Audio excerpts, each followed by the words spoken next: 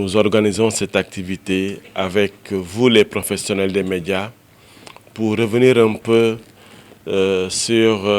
ou bien pour dépoussiérer ce que vous savez déjà, votre rôle dans la prévention et la préservation de la paix, surtout en période électorale, parce que vous savez qu'en période électorale, le climat est assez tendu et quelquefois les citoyens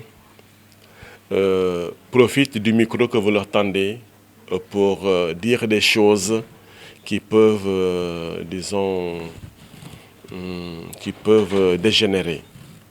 Donc, nous tenons cet atelier avec vous pour vous rappeler votre rôle social, d'abord oui, social et aussi moral dans la gestion et la diffusion de l'information. Nous nous sommes appesantis un peu sur la présentation de WANEP, la présentation du projet.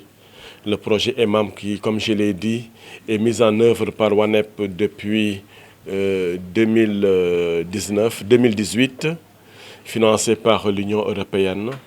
Et chaque fois qu'il y a élection dans les pays de l'Afrique de l'Ouest où WANEP a un bureau, le dispositif EMAM est mis en place et mis en œuvre pour la prévention et la préservation de la paix. À travailler à ce que les journalistes qui sont aujourd'hui là puissent avoir un partenariat entre WANEP pour pouvoir avoir un programme dans le cadre des élections à venir pour qu'on puisse travailler dans le cadre de la sensibilisation mais aussi dans le cadre des élections apaisées. Nous allons vers des élections locales très sensibles par rapport aux actes de différents acteurs. Et aujourd'hui, on voit que tous ces acteurs-là, c'est un discours de sourds qui existe entre ces différents acteurs. Et les médias ont un rôle important à jouer dans ce processus. Il y a aussi un élément fondamental nouveau, c'est la violence qui commence à naître, notamment ce qui s'est passé récemment à Ziguinchor. Et on a aussi des soubresauts de tout cela par rapport à ce qui doit venir pendant les élections. Donc il faudra anticiper pour pouvoir barrer cela. Et il ne faut pas oublier aussi un autre élément de contexte, c'est que nous sommes entourés par un cercle de feu.